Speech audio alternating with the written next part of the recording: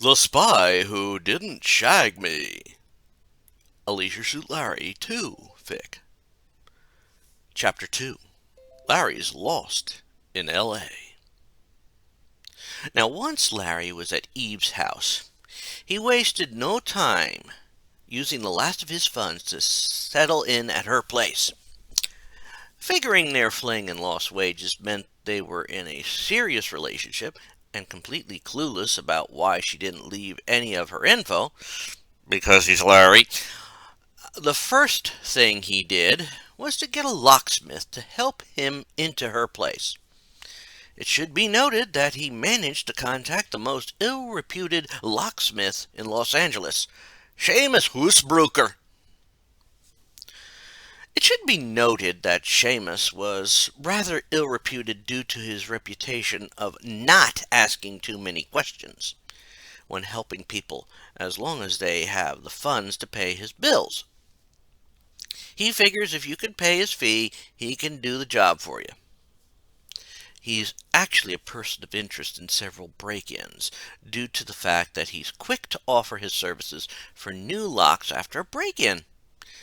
While none of his clients are known thieves, he is known to help the private investigator population. That aside, Larry made himself to home, which meant putting his passport down, his only form of identification, his empty wallet, and did what any decent guy should do for his woman, and started mowing the lawn. Honestly, I don't think any guy has arrived at his one-night stand's home and started mowing the lawn. It is so out of sorts, even for a stalker. In fact, mowing the lawn is one of the things that is on the stalker's do not do list.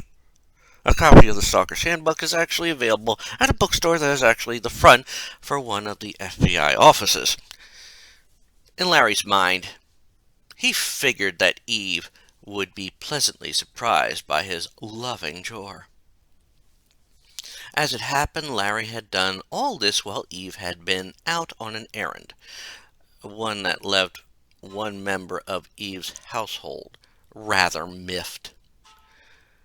This also put her in rather an unpleasant mood, and while she was surprised to see Larry mowing her lawn, she wasn't pleasantly surprised. In fact, she was wondering why a strange man whom she barely knew was mowing her lawn. It didn't help matters when Larry apparently exclaimed, "Eve, baby, you're finally home! I've been worried sick about you." It should be noted that the response to this statement caused a drop in temperature in a mile radius of Eve. Some people were forced to rub their arms because of the sudden drop when Eve said, "Who are you, and why are you mowing my lawn?" There was also a tone in her voice that said there was no possible response that would get Larry out of trouble. Larry, being Larry, did not realize the danger in Eve's voice. He answered about as honestly as he could in the brief moment he had. "Why, Eve, don't you remember me? It's Larry Laffer. We met in that hot tub and lost wages in your luxury penthouse apartment." To his credit, he said it in a tone that reflected how much he believed that one-night stand was the start of something bigger. The response from Eve at that moment was enough to make anyone realize that Larry might be on the wrong track, which most of us already knew he was on. Vaguely. It should be noted that Eve's tone was also enough to say that Larry's performance that night was not as great as he imagined it was. "So why are you here?" The last words were laced with the setup of the turning point in the temperature change that her mood was causing. To Larry's credit, he was actually realizing how much he misread the one-night fling, as well as Eve's social cues. He was starting to stammer, as he responded to the question, hoping his response would return warmth to her voice. Why, I kinda assumed that when two people are as deeply in love as we, the natural thing to do was to move in together. And, here I am. He tried to smile after saying all that, even though there was a part of him that was inwardly face-palming and whining that he hit himself too hard in the face. There's such a thing called a conniption. If one did not know what one looked like, or even sounded like, it is possible that one might have thought that Eve was having one when she responded to Larry's statement. Move in? You creep! You've got exactly 5 minutes to get everything out of my house and out of my life! The anger in her voice was so hot that it caused a drastic rise in temperature in a 5-mile radius. This also caused several pipes to crack due to the temperature change. Plumbers were happy about that, but the sewer workers were pissed. She then turned to another figure in the car and said, Brutus, on guard! The figure jumped out of the car, and Larry actually recognized the figure. You see, Brutus is a little black dog that while Larry was in lost wages was wandering around the town, marking his territory on every mail he came across. Larry, however, was thinking it couldn't be the same black dog. While Larry was focused on the dog, he heard Eve say, I'll be back in 5 minutes, and you won't. It was at this point that Eve pulled out of her driveway and drove to the nearby police station. She figured that it would take that amount of time to charm one of the officers and join her to get Larry out of her life. During this time, several things happened. First off, Brutus went over to Larry and once again marked Larry as his territory. The mark would have stained normal material, but only the smell lingered on Larry's leisure suit. Brutus then went to relieve himself on other males in the neighborhood, adding them to his current collection of the vet he was just to, and all the men that were there. In another part of the world, the vile Dr. No Nookie was arriving back at his lair on None Tonight Island. He had brought with him another henchette whom he had demonstrated the smaller version of his devastating device on. It was actually the only version of his device that he had made, which was the prototype. He would have to keep using the ray on his victims, but the time between shots was increasing on the small device. It is also said that this particular henchette was from Petaluma after growing up in Moram, Minnesota. For some reason, she managed to retain some skills in playing the piano. Most likely due to it being the prototype. Not too far from where Larry was currently at, a jail in a town that is a suburb of Los Angeles was suffering from the breakout of some criminal known as the Death Angel. Since the man was too focused on settling some scores, Larry was in no danger of encountering this man. Larry was also in no danger of encountering a former prostitute, which is good since she was dating a police officer in that town. It is said that the town can be overlooked by some place in Los Angeles. Larry, however, took the hint and figured he should get out of the area, at least for now. He quickly ran into the garage, shaking his leg to get the moisture off of it, and looked around, trying to recall where he placed his passport. His quick survey of the garage managed to overlook it, which is a common occurrence when one is rushing about in a panic or from a scary monster. But he did manage to spot something green in a pair of pants Eva had left in the garage. Larry quickly nabbed it, bringing his total of funds up to $1. Larry then ran away from Eve's place, pretty sure his 5 minutes was almost up. Larry was right about that, since as he ran northwest from Eve's place, she had returned with the cops.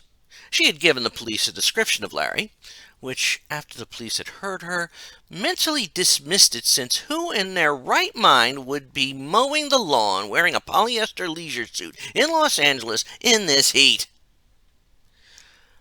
Of those two officers, they agreed that one would go back to the station while the other would secure the area. That one was the one that Eve had already been flirting with, as she figured she would reward the officer for helping secure her home, as well as convince Larry that she had no interest in him if he was snooping around the windows. Larry, who did have a bit of self-preservation, was doubled over at the nearby park, catching his breath. While he panted to get his breath back, he inwardly vowed to get in shape, especially as he saw a shapely jogger passing in the park. He then decided that, for right now, it was best not to linger around Eve's place, and to go back later to reclaim his passport. Larry left the park the way he entered it, and then headed north. His walk took him past a music shop that was in the process of setting up. While music was not a strong point, he could invest some time to getting an instrument so he could woo the ladies. He figured it shouldn't be a problem to learn an instrument, since he was practically a virtuoso on the recorder. Larry was not the only virtuoso on the recorder, but given the simplicity of the recorder, achieving true virtuoso status is hard to achieve without passing out at least 3 times. Still, Larry knew that he would not get any instruments with $1. He then reached the K-Rod television studios.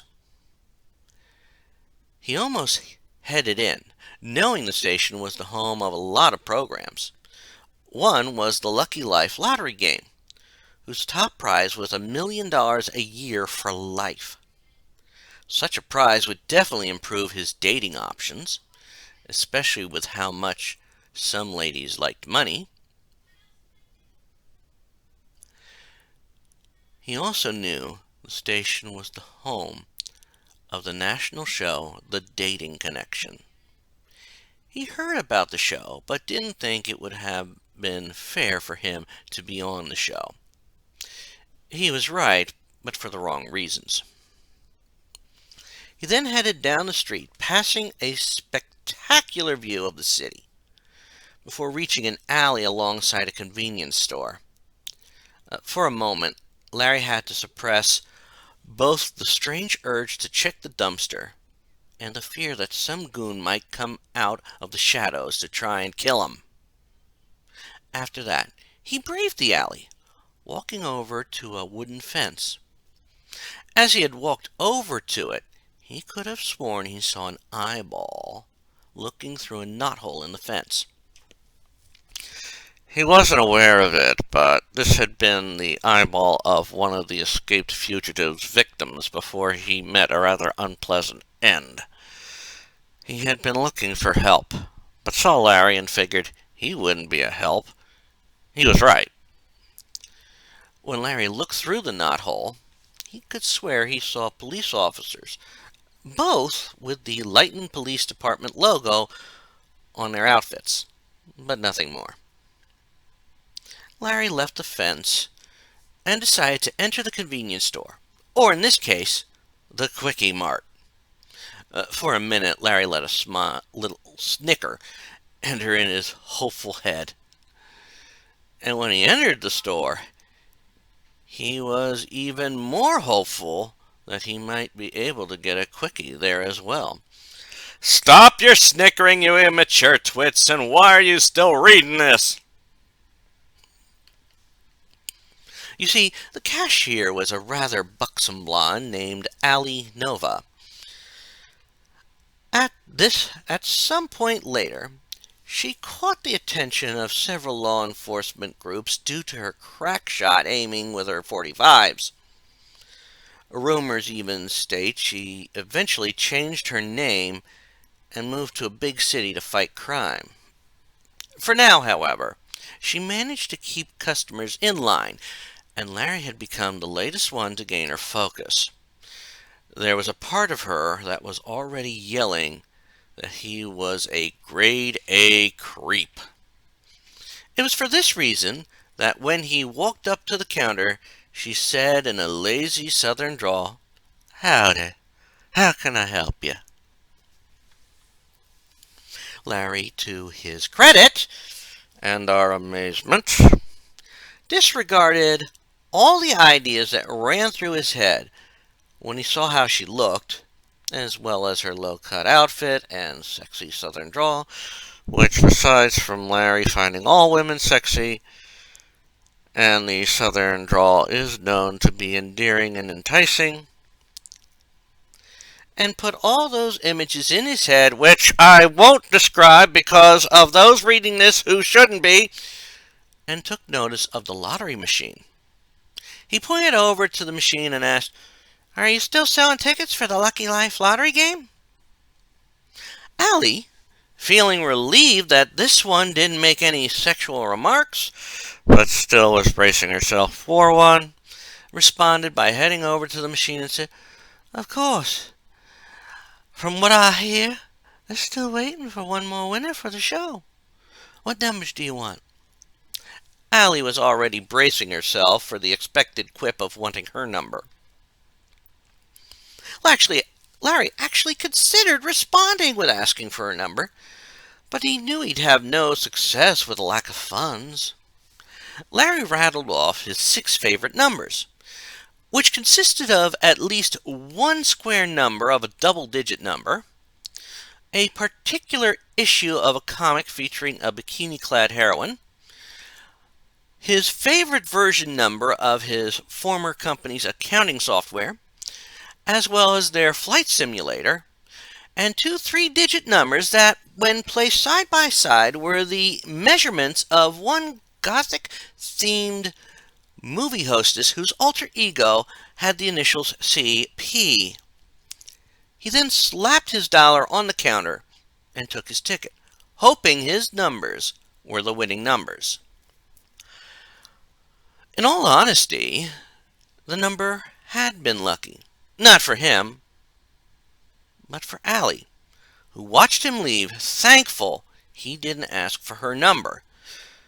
But given how he was gazing at her, wondered how he knew her measurements. She never considered that his uttering her measurements were completely by chance. She was also completely unaware that she had just given Larry Schrodinger's lottery ticket.